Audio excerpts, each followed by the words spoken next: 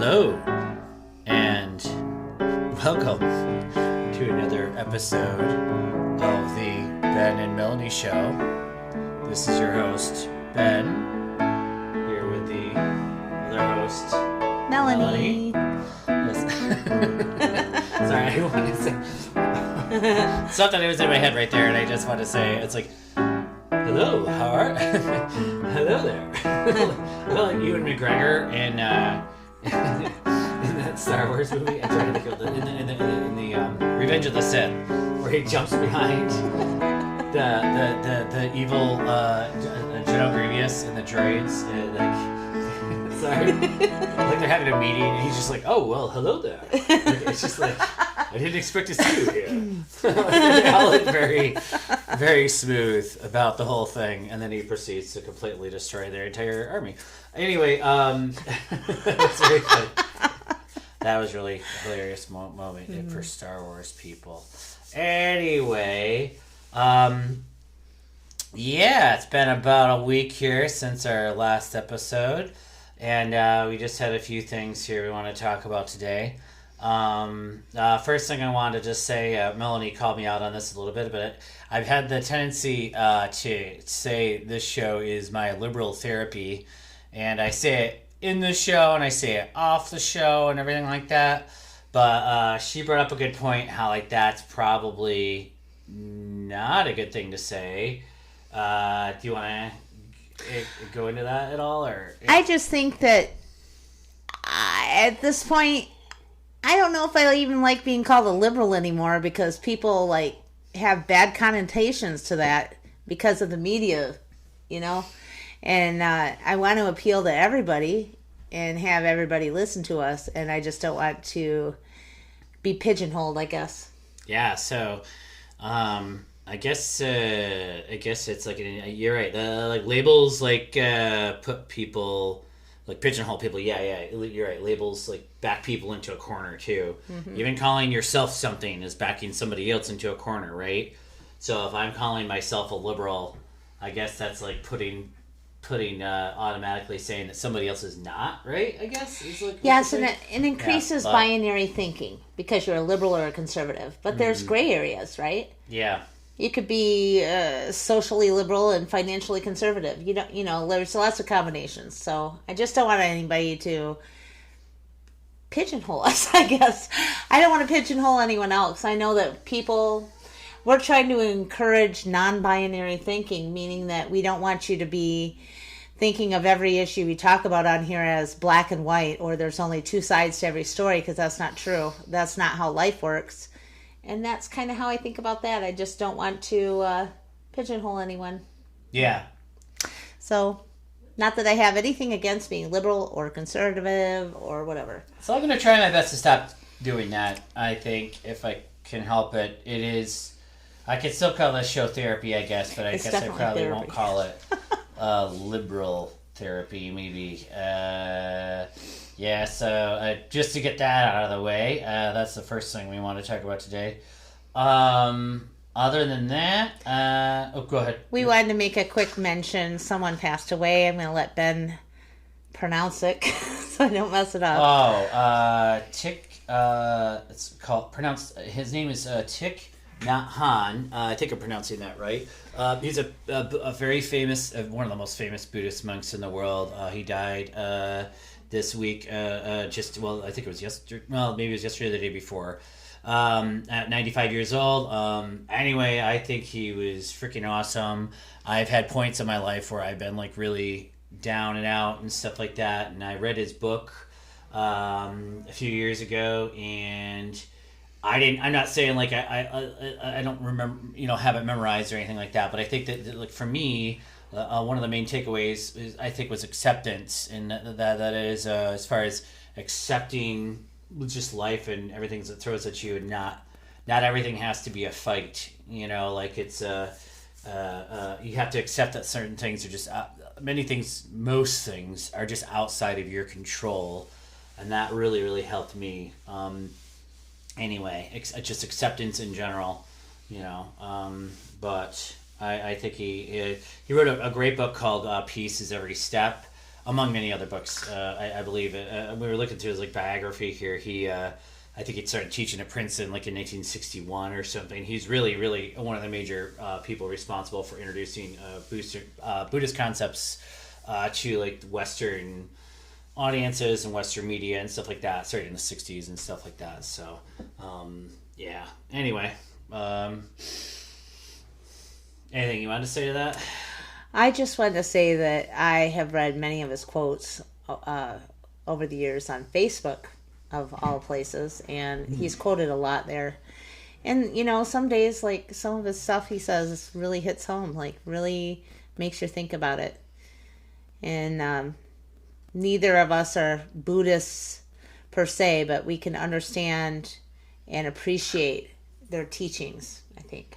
Yeah, I guess very much so. Mindfulness, gratefulness, really pull yourself out of the baloney in your head for a second and just be present. Yeah, I think that's one of his main things, is being mindful, being in your present mind, not concentrating on the future or the past constantly.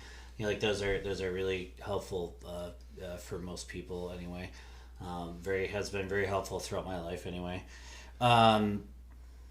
It's really sad that he died, but I think actually so they were talking about, in one of the articles anyway, they were talking about how he described death, and like he described it as like you just exist, and this life is really just a temporary thing, but it's not even that important or something, kind of like it's just like birth and death are just like a doorway you go into and come out of again, and you just like you still just keep going, and that's an interesting way of looking at it anyway.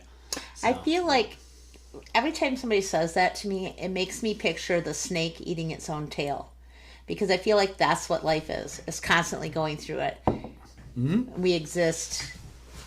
I don't know why or who made us or whether someone made us at all, but let's just say that we exist.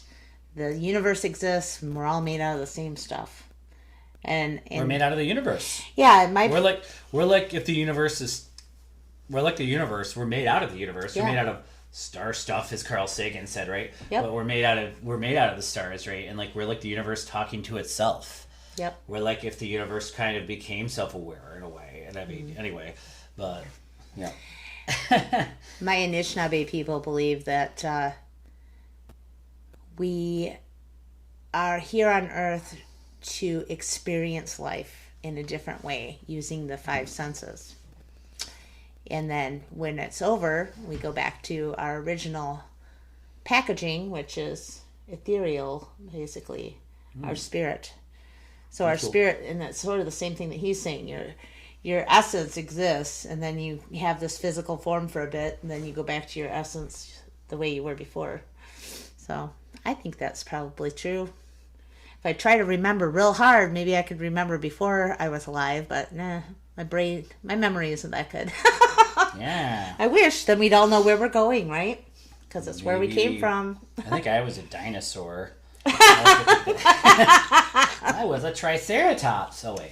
Arthur would be. Our son Arthur is very into dinosaurs. Yeah. And he'd be very proud of you for that. Exactly. He would really like that. Anyway, I'm really glad we brought that up. I guess I'm like I love Buddhism. I'm like a wannabe Buddhist. I'm like a poser. I've never been into Buddhism enough to actually go to any Buddhist services or anything like that. But I've always been I'm in love with reading about it, I guess. So, and I'm in love with meditation and just trying to be mindful. Yeah, if that makes sense. But anyway, so moving completely onto a completely different subject. Mm-hmm. Did you want to talk about? Yeah, let's just start here. Top. Just take it from the top here. We were watching Bill Maher this weekend, and let me see. It's the 23rd of January today. Anyway, he does episodes normally like every Friday, and it's like a political comedy show, obviously. And then they were talking about all the different problems in the United States today.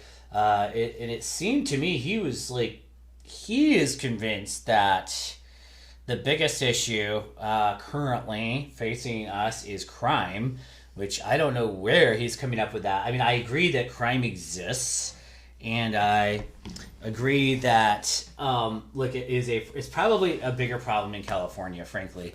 But really, because I mean, like that's where there's. I guess there's like all these like reports of people like raiding targets and stuff, or just like raiding like trains, like freight trains, and taking everything off the freight trains. Anyway, I just see like this is not like taking a thing from a massive corporation just doesn't seem like the biggest deal in the world to me. Like I just don't feel sorry for Target or Amazon or whoever. But I mean, I totally get that it's crazy to think that there's like groups of criminals like organizing and like raiding a store and taking stuff out of it. But it kind of makes me also think like, well, what the heck's going on to cause people to have to do that? And therein lies the real problem that they should have been talking about. Well, yeah, and they were talking all about this on Bill Maher and everything like that, like all these the crime, and they were talking about guns and homicides and there being too many guns, which that's actually like not what he was saying. That's like the Democrat was on there, the Democratic Party line, really. Like there's too many guns. Guns are the problem. It's like everybody has a reason why things are bad in certain places for certain people, and it's just like, well, I totally personally disagree with the gun thing. I think that's ridiculous. And you know, and Bill Maher said that too. I mean, like, you know, it's like guns have always been there. Guns aren't like probably going away, but guns were there 20, 30, 40, 50 years ago. The guns were there. You know, gun crime goes up and down, but I don't think the guns are responsible for the major wave of crime or whatever is happening, apparently. Which, again, I don't think matters to 99% of people, but whatever. It matters a lot to Amazon. But anyway, then what was... Bill Maher was trying to say, basically, that like they were... Like, that's going to be a huge, huge thing for the midterm elections, is this crime thing. Kind of like it's the 80s again or something. Like, well, we got to have a war on crime, you know, and imprison everybody who's committing these heinous crimes of stealing, you know, $250 worth of merchandise from a Target or whatever it is. And that's still ridiculous, I think. But I think that the explanation... Well, anyway, I can't remember what the other... I'm sorry, I can't remember what the other side of the explanation was. The guns was like the Democratic Party line. The other side of it was something I felt like was equally as ridiculous. Do you remember now? Anyway, I just felt like they didn't have any explanation, really. They're just like kind of like, oh, it's guns, it's the regular stuff, or it's too many drugs or something. I don't know. And I'm just like, well, how come they're not talking about like inequality? You know, how come they're not talking about poverty? You know, people are like super impoverished, especially in like large cities, right? Coastal cities, especially like in California, where you know, there's massive amounts of homeless people and large homeless camps. Or let's talk about the prices of houses, and then how much people are paid. That's why that exists. Everybody can't afford like a $500,000 house, right? Which is basically what you have to be able to afford now to live in California, right? You have to just basically be rich, or you're just screwed and you're living in a tent then. So like that's leaving no room there. You can't just like get a job and just work your way up the ladder or whatever. You know what I mean? What you're supposed to do if you work just for an average salary is not enough to pay the bills. You know? Yeah, like I've thought in those places. I've thought about it before too. Like I know how much postal workers make, and I know that postal workers have to live there in order to deliver mail. And I wonder, I'm pretty much assuming that most of them either are living together in groups with other people, or they're in the tents too. Yeah, like what exactly are they doing? I know. Because 500 square feet inherited their house, which maybe some people do. That's, you know, yeah. Like how the hell are you supposed to just afford, you know, a $600,000 house on average or whatever the heck it is? Yeah, that's just nuts. Which is why I'm grateful for living in Michigan right now, and being, you know, having a decent job and everything like that. I'm very, very, very grateful. But I think of it that way. I mean, obviously California would be much, much nicer in the winter, but I'd rather not be homeless. So yeah, thanks. Yeah. So anyway, I just think that like that just they just seem like they're completely missing the point to me. Like they pulled it out of their butt somewhere. Like they really worry about what they should be worried about is, hey, we're all disenfranchised now because they didn't get bills passed that could actually help us, like with the child tax credit and with like voter rights and with like all kinds of other stuff. And then why are we focusing on, I mean, yes, we need infrastructure Yes, we do. But we also need, like, I don't know, health care, some college debt relief would be good. Some family leave would be good. Yeah, Raising pay the wages daycare. would be I mean, I thought good. that they were going to try to get. Okay, basically, at this point, it appears.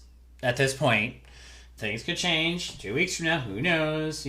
But at this point, it appears that the Democrats have completely blown it in Congress for the national stuff they were trying to get through.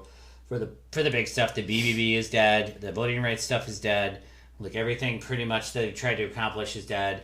So, but a very simple thing they could do to make people's lives better if they want more people to work, if like a lot of people would rather have everybody work or whatever, is they could just pay for daycare. Yep. And I believe that was in the BBB. Like they were going to try to get that through. Then people would have paid daycare. Then these people that are a lot of people that are off work won't have to stay home with their kids. I wouldn't, in theory, because they could actually afford it. Daycare is a massive expense for. That is just around here in Michigan, obviously, but it is, I think, an even bigger expense, obviously, in large cities. So, At the same time as it's a big expense for parents, they have to have a lot of education for making hardly anything. The people that run the daycare centers. yeah, so it probably makes, and there's a lot of people that are quitting daycares, right? That's what I think you read some article Yes, talking about that somewhere. COVID, and they have to open and shut and open and shut just handy. makes the daycares, Yeah, so fall they're losing apart. employees a lot, right? Anyway, there's some very simple things. It seems like the first world country as rich as ours could actually be doing just to help people, mainly help working class people. Yep. And it seems like none of those things can get done at this point by the Democrats. Anyway, which I wish, believe me, I'm actually, I mean, I want them to, I don't want to see them fail. That's the part, I hope that doesn't come off as if I'm like, oh, yay, the Democrats are failing or something. I'm not happy about this. It's just, I feel it's probably like every time in this podcast we talk about it, it feels like I'm just repeating the same refrain about, the Democrats failed at this or they failed at that, but I'm just not seeing any headway getting made. It just feels like they're just, I don't know. I feel like, I'm going to be honest, okay? I feel like they are out of touch. And they don't realize how important these things are to the American public. They'd rather have their little arguments or whatever is going on. Yeah. But it's just. That's where I'm actually afraid this is just going to end the same way as everything.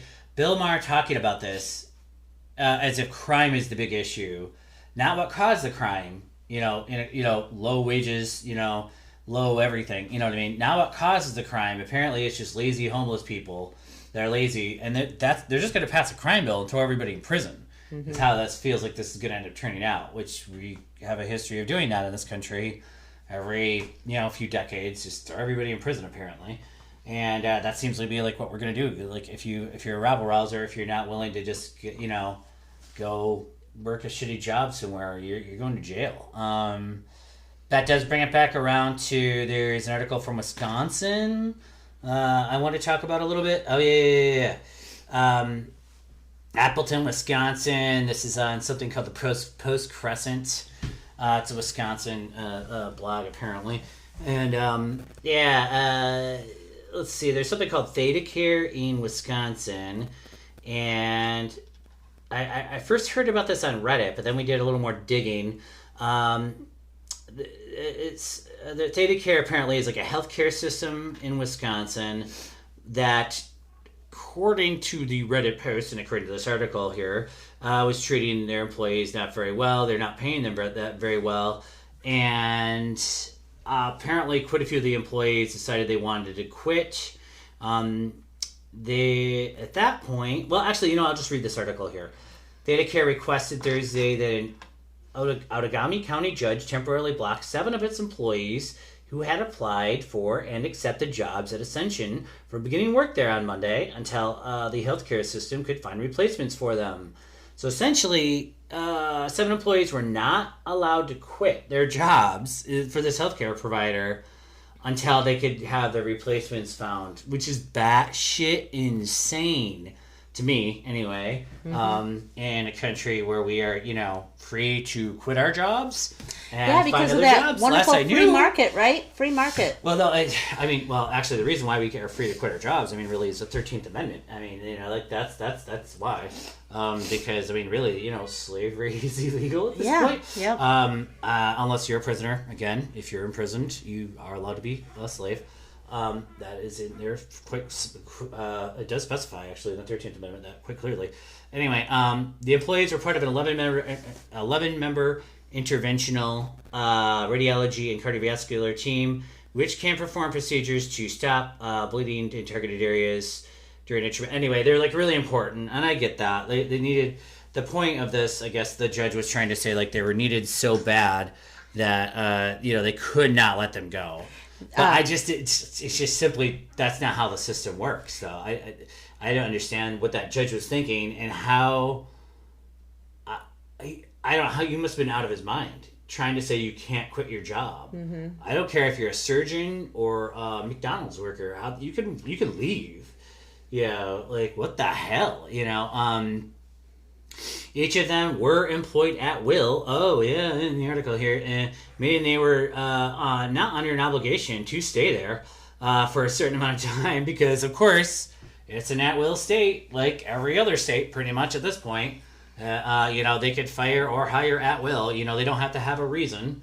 But I think that goes both ways. You can just leave your employment at will, I think it's terrifying, too, that judge could have set a precedent, saying that essentially an essential employee can't quit their job. I'm terrified, and other people on Reddit who are talking about this in the comments, definitely were terrified that this could be used now to stop people from leaving their jobs. Even if it doesn't matter what's going on, they can't leave. And it's just whoa, suddenly we're back to serfdom. Yep. That was quick. That was quick, yeah. And I think that just goes to show how desperate they are for labor, and how much power maybe labor has now. Guys, listen up. You have power to the employees. Unionize. Well, maybe they do, actually, though. But if a judge, if they feel that threatened, where they have to stop you from quitting, wow, and remember, during the lockdowns, essential workers were essentially McDonald's employees, Starbucks employees, grocery store employees, people who are the lowest paid. They could use this as a precedent now. You can't quit. You're an essential employee. You better not quit. Think about that. Anyway, just what the hell? Anyway, it's postcrescent.com is the website where you can look that up. You can Google it. It's Google Theta Care in Wisconsin, basically, and it'll come all up. I'm sure this will probably make bigger, more national headlines at some point. Well, maybe should if it's not. And then going back around again. Going down a random stream of consciousness here, almost, I feel like, but that does actually relate to the next thing we wanted to talk about briefly, was the Starbucks strike in Buffalo, where Starbucks workers actually got their union, and which is amazing, actually. Right. I actually was listening to a podcast where two of the leaders of that strike were being interviewed for an hour or two, and their conditions were pretty much atrocious. The billionaire tyrant who owns the company, like every other company, the billionaire who owns the company was pretty much a complete dick.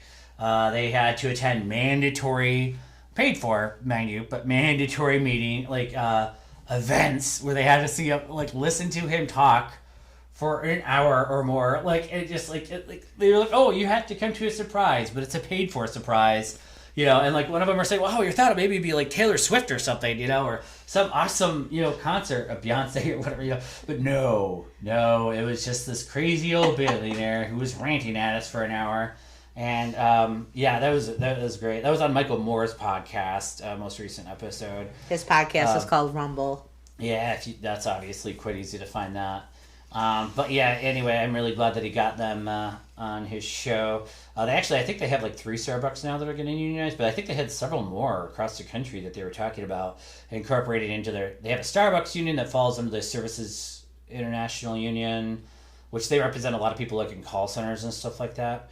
I know they represent a lot of state workers and stuff. So Yeah, and they were saying how anti-union and union busting Starbucks was trying to be, because they were complaining about like PPE for COVID and care being able to shut down because they were all sick with COVID and they wouldn't allow them. But in another state, they did for the same excuse, but they wouldn't allow them because they were trying to unionize. So yeah. Oh, apparently they brought in hundreds of management people. yeah.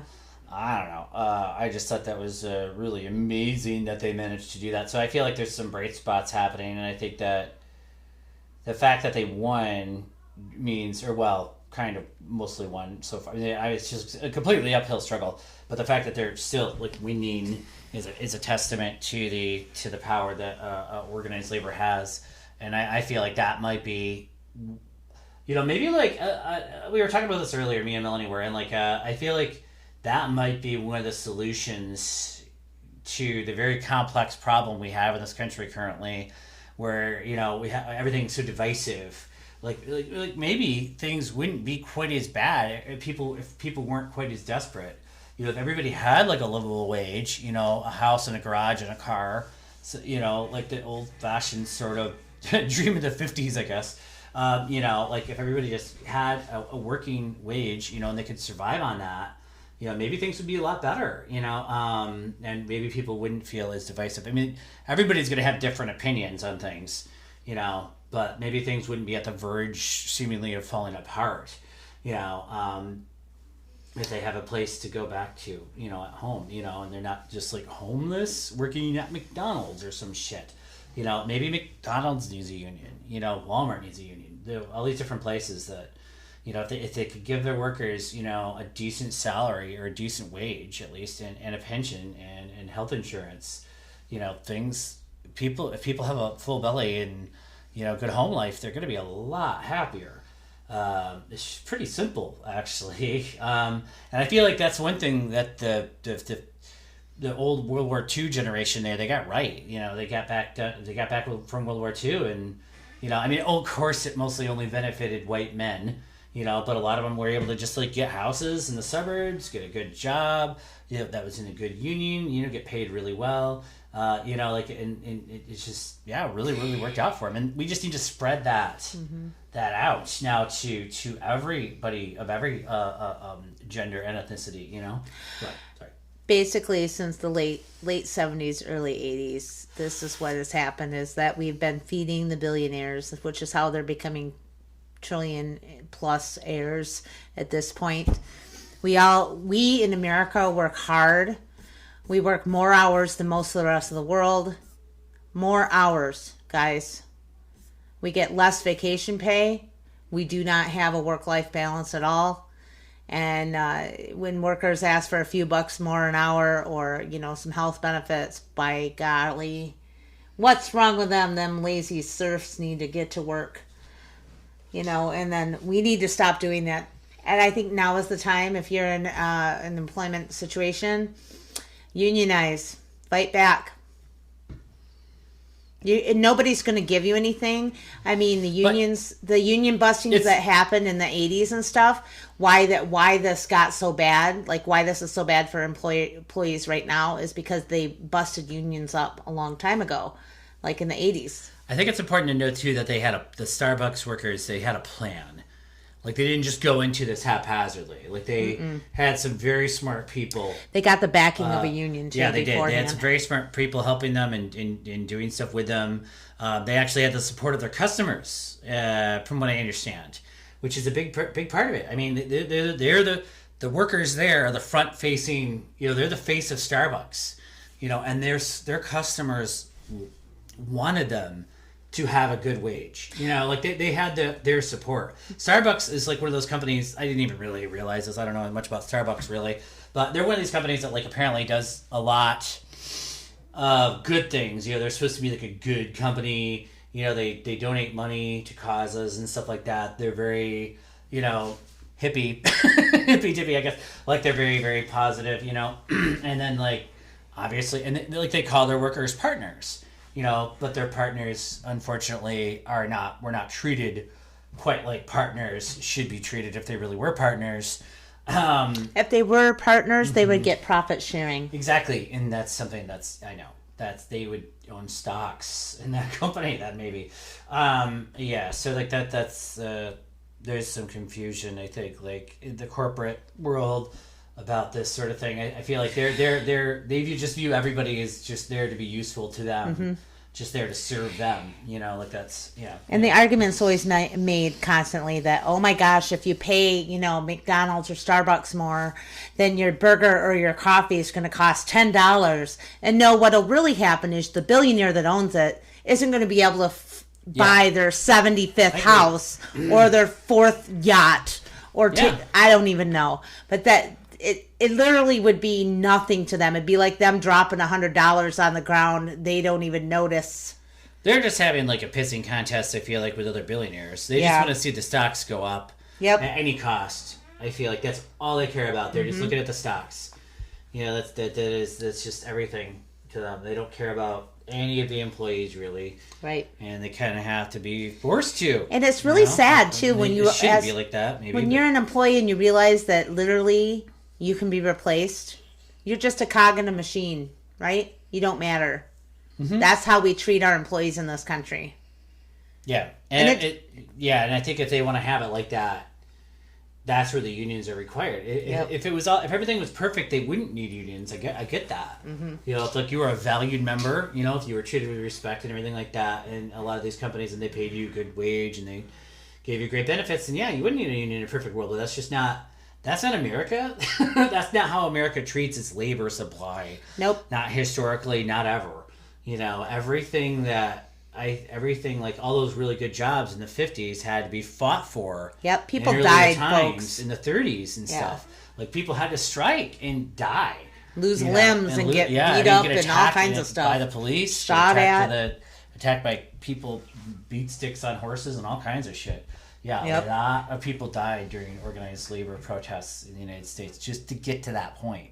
And I feel like it is kind of a shame too that like that wealth couldn't have been spread. It unfortunately did mostly benefit the white middle class, obviously, that was created from it. But I mean, it is time now. I mean, just to spread that out. You know, like everybody should have a shot. You know, that should be the American dream. You know, it shouldn't be to become Donald Trump. Right, it shouldn't be to become a billionaire. It should just be to just have a house with a 2-stall garage and a yard. You know, like that's not much. That's not asking much, but you know, I think anyway. That's just my rant about that. Obviously, all rights reserved. No, we want it to be better for everyone. Yeah, I mean. I get shocked sometimes. People that definitely should be rooting for things like this actually are against them when they need them the most, which doesn't make any sense to me. And that it rocks my brain. I don't understand. I think that goes for Democrats as well as Republicans. I didn't say it was one or the other. I think that like it goes both ways. Not everybody is on the same page as us. It's just like I think that like both parties need to like get to like what is the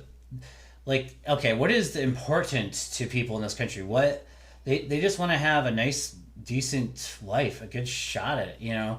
They don't need to have everything handed to them, but there's certain things, you know, like daycare and things like that the state could provide that the state would probably be pretty good at providing. And, you know, funding for, not that the state would just provide it, you know, but funding daycare for people. And, you know, like that, there's certain things like that would just make people's lives easier, make people happier in general too, you know. And then if you're gonna have to work at McDonald's serving burgers and French fries, that's fine. You should get some respect for that. It's a hard job, you know. It's not easy to work in the restaurant industry. Restaurants like that should be unionized. You know, why aren't you getting paid a decent wage? Why is that so much? Why is that like in people's eyes? Many people's eyes, it feels like working at McDonald's is like the shit thing to have to do. But working in a factory somehow is like magnificent or something, and so much better, or like I'm not Same sure thing why with that janitorial. happened. People think janitorial's So, crap too. Like nobody would. but wanna actually, a work lot of that. janitorial jobs, I feel, well, they used to be unionized jobs through the school Now they're systems. contracted out. Now, and well, I crap think jobs. it depends on where. But yeah, I know what you mean. Yeah, why should that? I think that people's perceptions would change with that. So, And I think that we should bring back a pension.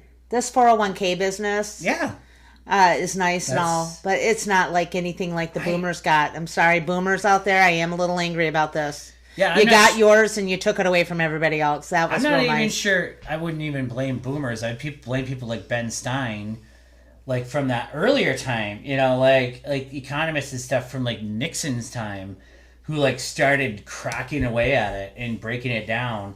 Like that's a whole nother like. But I remember hearing an interview with Ben Stein, like I don't know, probably 15 years ago or 20 years ago. But he just like, oh, pensions are dead.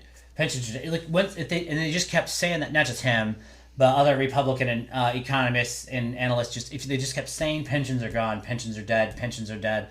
They just like kept saying it, repeating it, and then it made it real. So now pensions essentially are dead for most employees.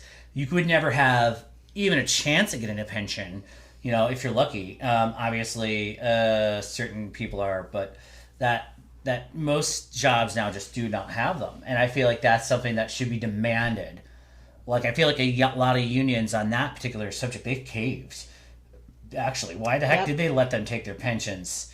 Why? Why would state workers even do that? Because they were told to concession bargain instead of collectively bargaining. That they had to give stuff up or else they wouldn't get the little pittances that they would. Yeah. That was part of the union busting. Yeah. What people need to realize is if you stand together and you can stand together and through thick and thin and all kinds of stuff, I mean, it's not easy. Then you can get what you want. But it takes a lot to get it. It's sad about the pensions, though, because people don't think about, our country is so focused on youth and being young that we don't think about when we're old. And that 401k system, man, you could put money in it, but you need a very good job to be able to put enough in it to actually survive on if Social Security wasn't there and if you don't have a pension. Like, you need quite a lot. And, I think that pension... See, when I was growing up, my mom was always like, you just graduate high school, you go to college, you go get a good job, you go for a long haul job that's got the good benefits and the pension. That's what you go for.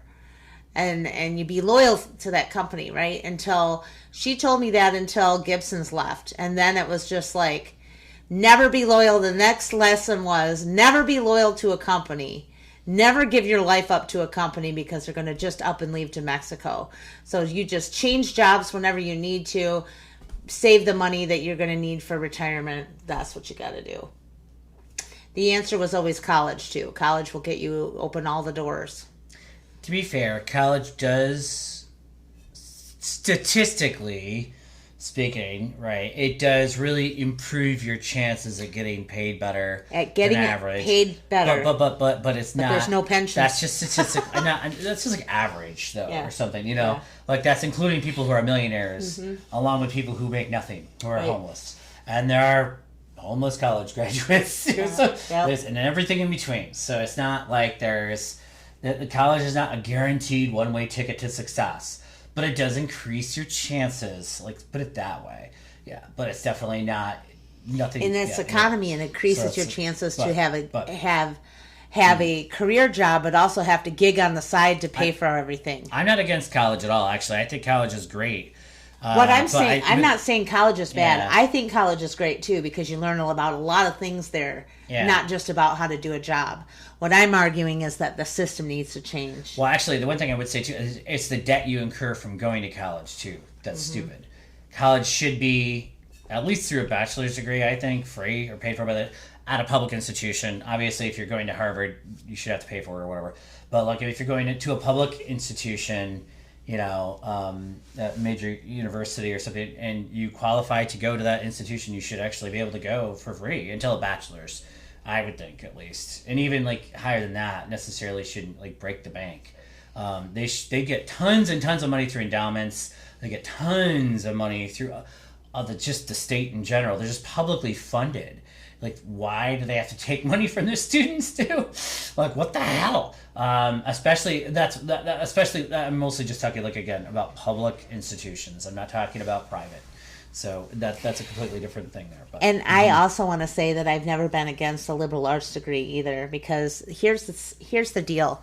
America needs more creative thinkers, people that think outside of the box, so that we can create new things, right? That help society. It's the creator's economy. If right? we have more educated people, or people that are paid better on their whatever job they're doing, then they're going to be able to create or be able to have energy left to do that, instead of gigging, trying to pay the bills, or try to pay your healthcare bills, or try to pay your student loans, or whatever. I'm still a proponent of Andrew Yang's minimum basic income, because I feel like if people got that the same all across the board, people would be starting businesses. The argument against they'd be that, doing all obviously, kinds of is stuff. inflation, which we are experiencing inflation now. And we don't even have it. You're right. I actually agree with you. They cut everything off. People are not getting their extended unemployment benefits anymore. The child tax credit isn't there anymore. Right. It does seem as if there's just any excuse at all to raise prices, though. Yep. So I don't have any idea why the prices and everything now that everybody's broke, basically, it seems like now the prices are still going up. In a few months, they're going to be crying and saying, "Oh my God, nobody's buying anything anymore." Yeah. So then we're going to have. Then all of a sudden, maybe they'll say, "Oh, here's another payment." I feel like we're caught in a vicious cycle, though. I don't even think that's necessarily the case. They'll be like, no one's buying anything anymore. Then they're going to like ramp down production of a lot of stuff, because I guess there's just not demand. So we're going to ramp down. This could happen, in another year or something. If no one's buying $80,000 cars, people will buy them. But in case they don't, they're going to ramp down production really bad again, and then we'll have a shortage again. It's creating like a vicious cycle, like a circular thing of bubble burst, in the economy. It feels like we're just back to the 1800s economically sometimes. Like there's just no control mechanisms anymore for the government has over anything. But whatever. Anyway, with that, I think I want to take a quick break here, and we'll be back, right? You got more? Okay, great.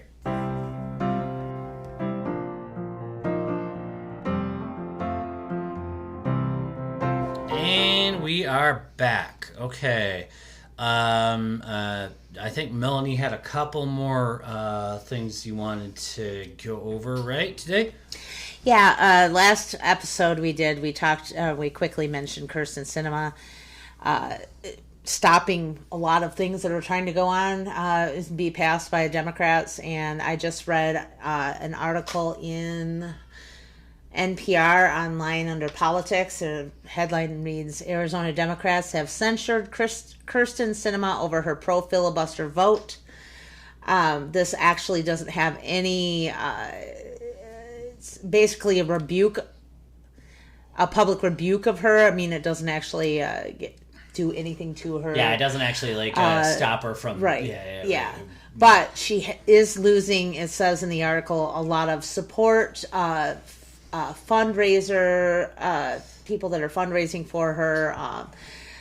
A lot of people are mad about the filibuster vote she did, and I just wanted to mention that real quick. I'm not going to delve real deep into the article. You can find it on npr.org.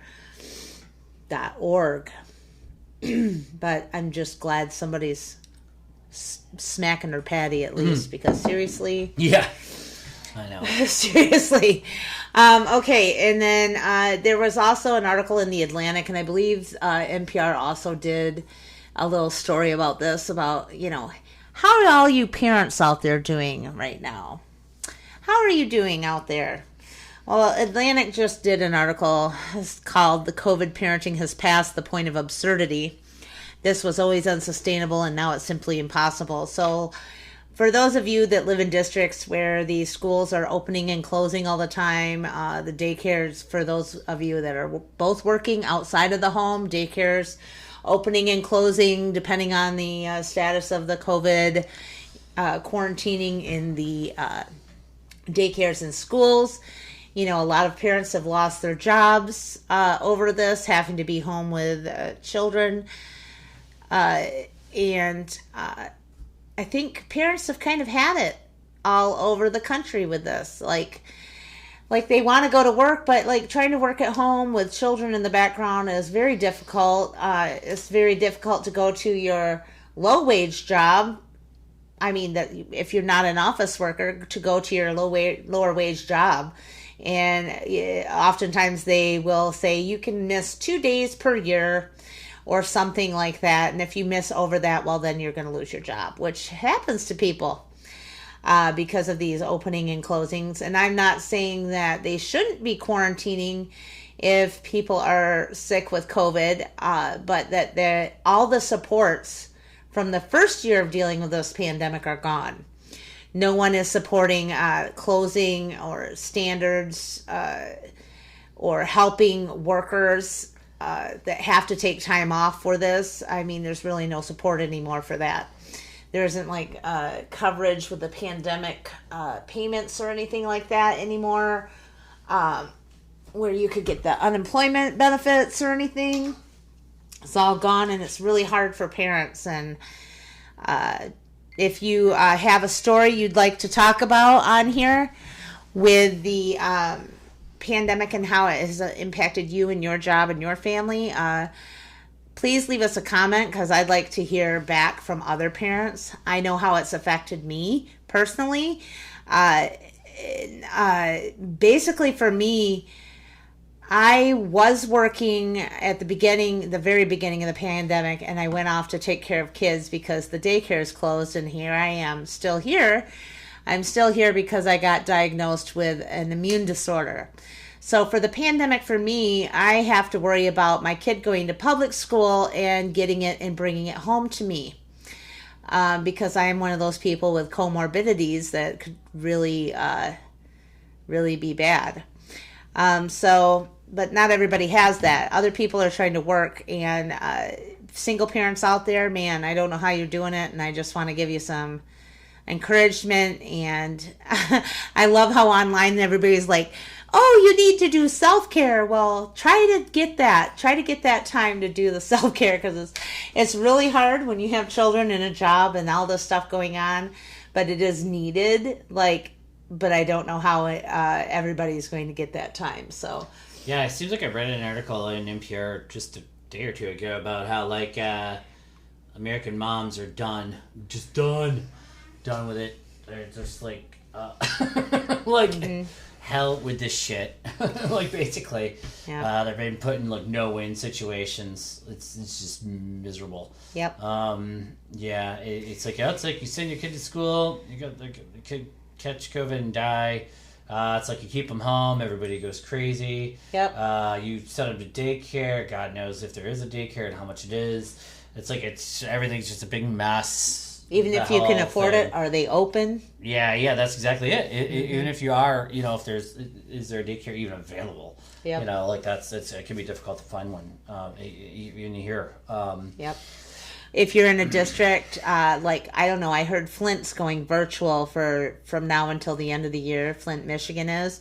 And if you live there, and you have a job, say you're a single parent, who's rough. Teaching your kids? That's rough. Who's going to be sitting there with your kids? And, younger school-age kids, And then the government's not there at this point to try to help anybody out. Right. It feels like they cut off the child stimulus. They cut off any regular, there's just not stimulus payments like there has been, in the last couple of years, a couple of them anyway. And, they're not sending out, they're just not, it's almost like they're just trying to, I think we went over this last time a bit. Let's just put on the thumb screws harder and just really, really put people in these, impossible situations more. Mm-hmm. I feel like the government is standing there with a big can of gasoline, putting more gasoline on an already burning out of control fire. I mean, I don't know, man. I mean, we need to be careful with the pandemic, with the COVID and everything, but we need supports in place. I mean, this is why people haven't been going back to work. They can't. We can complain about it, and everything like that, like what we're doing. But I think that one of the features one of the things I've been noticing now is more and more people are starting to stand up for themselves. Mm-hmm. They're like, well, okay, we're gonna take it in this into our own hands. We're gonna unionize. We're gonna strike. We're gonna change our situation because the government's not going to do anything. The big business isn't doing anything. Mm-hmm. like no one's making anything easier, so we're just gonna have to take over. This situation. The workers are gonna have to take over that situation. And I think that's really great. Like I said, that's like one ray of sunshine. It's not all negative. It's so easy just to be like, everything's falling apart. But I don't think that that's the case necessarily. I think that like right now it's a good time to strike while the iron's hot if you want to see some major social changes, societal changes. Maybe not through ordinary means though. So apparently apparently the Senate is unable to get anything through, but there's a lot of things like the John Deere strike, like that, and then also what the catalogs workers did a strike. Yep. And then Battle Creek, it's like, man, there's a lot of things like that's happening.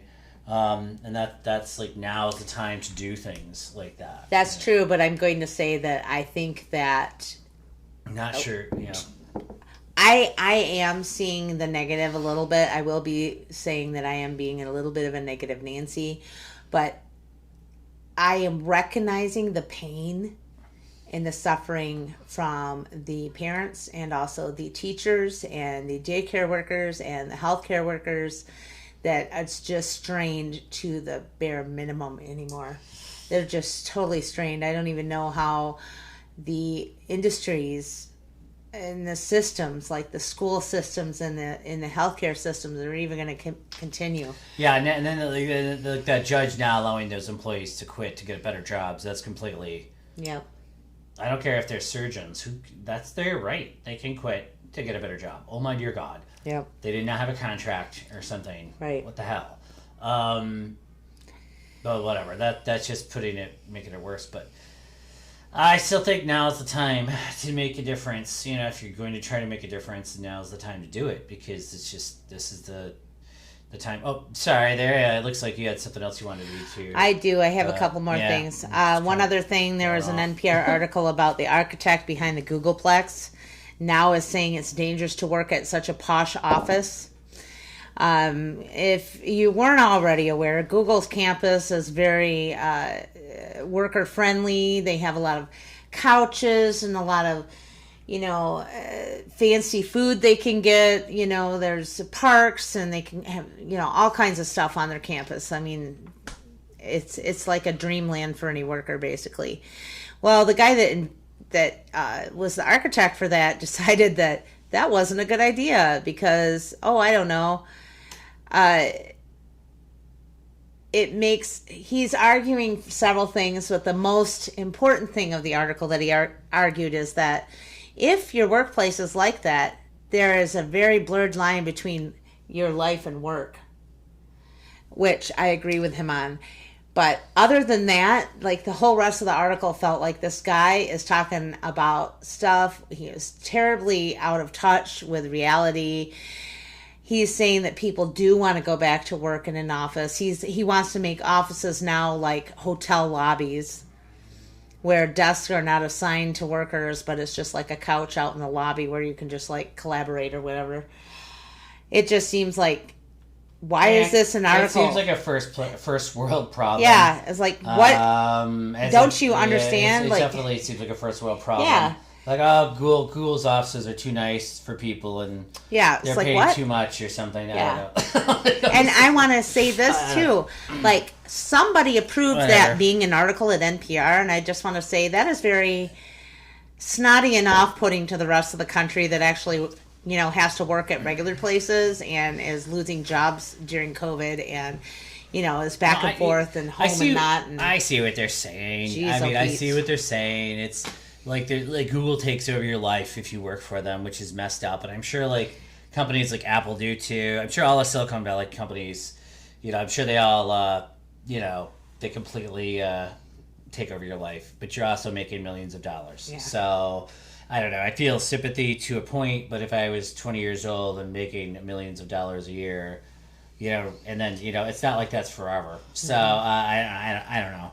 I don't even feel that. I don't even have the tiniest violin for that. I don't even. Yeah. I just think that it was like really one of the reasons why people say that liberals are out of touch having that article, that was just one of those examples. In other news, there was also another article, again in NPR, where they were talking about how are you finding joy in the pandemic. I know what I did. I learned to play an instrument. That was fun. I got to play with my kids. That was fun.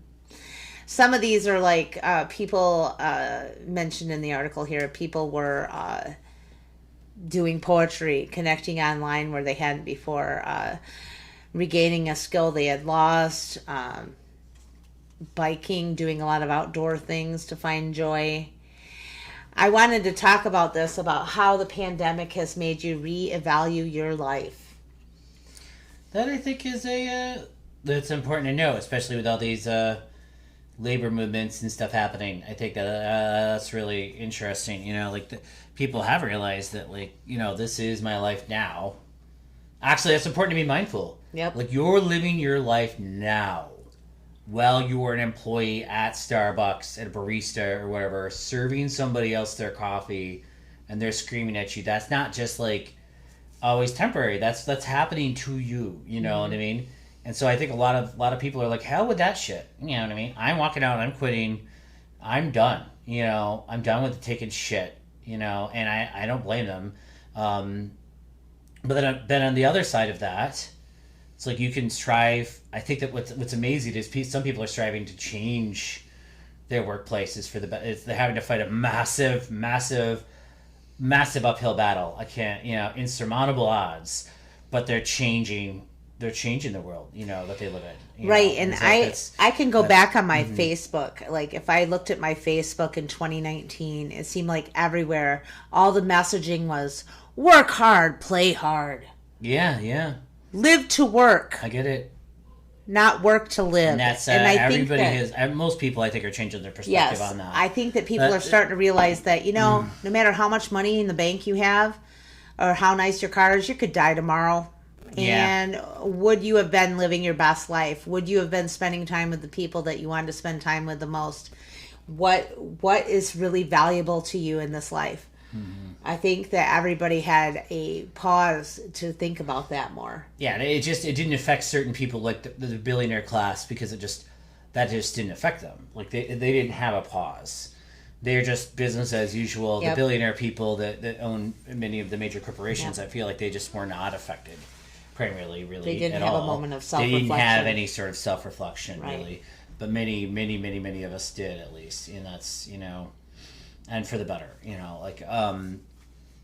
and that's why I feel like they're trying desperately to quote unquote get back to normal, but that's never going to come. This is normal. It's never whatever normal was. It's never going to happen again.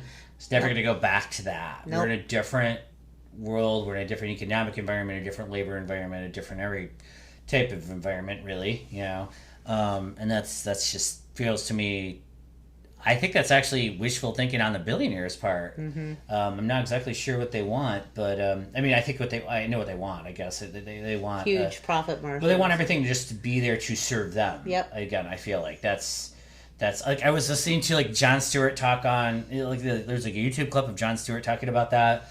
And he apparently went to a dinner with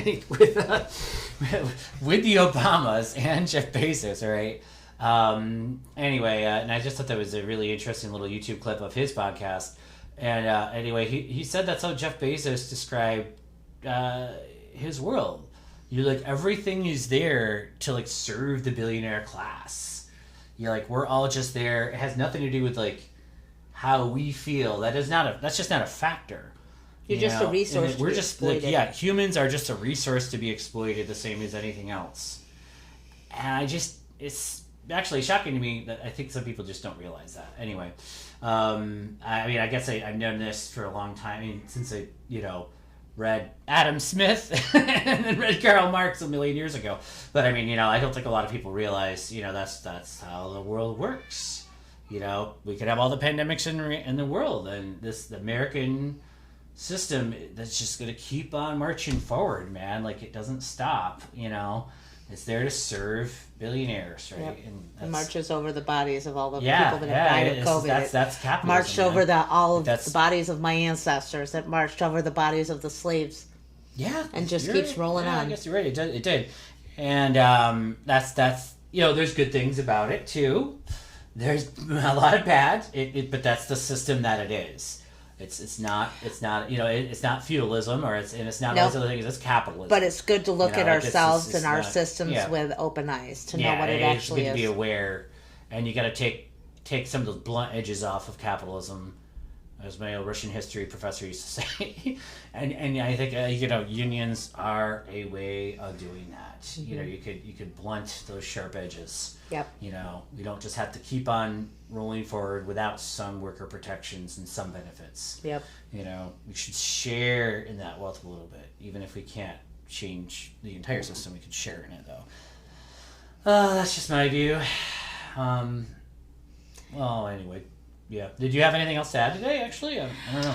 Well, with the joy thing, finding joy, I just wanted to mention that about.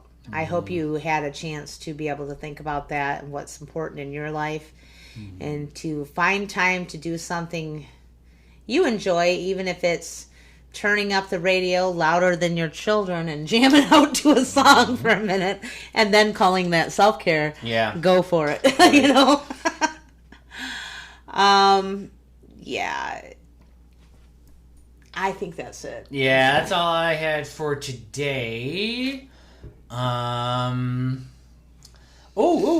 thing I wanted to say was, Pete Meyer, the representative, I believe, from Grand Rapids currently. I think that with the new gerrymandering rules put in place, the Republicans are suing to try to change it. But if they don't change it, it's very likely he could be out of a job. So I just want to say, Peter Meyer, if you're looking for a new place to represent, look at our district in Montcalm County and the surrounding area, because John Moulinar is going to try to attempt to run. He doesn't live here. He lives in Midland. So I'd much rather have a moderate Republican represent me than a far right one. So if the Democrats are looking at like they might win Grand Rapids, Muskegon, which they very well may, Pete Meyer might be out of a job. But hey, Mid-Michigan, it could be a home to you, Pete Meyer. It could be home to you. So I just want to say that. All right, anyway, that's all I had for today. Yeah, I'm sorry. All right, you good? I'm good. I hope everybody has a fabulous week. Yeah, have a good in week. This fun times that we're living in. Mama P motherfuckers.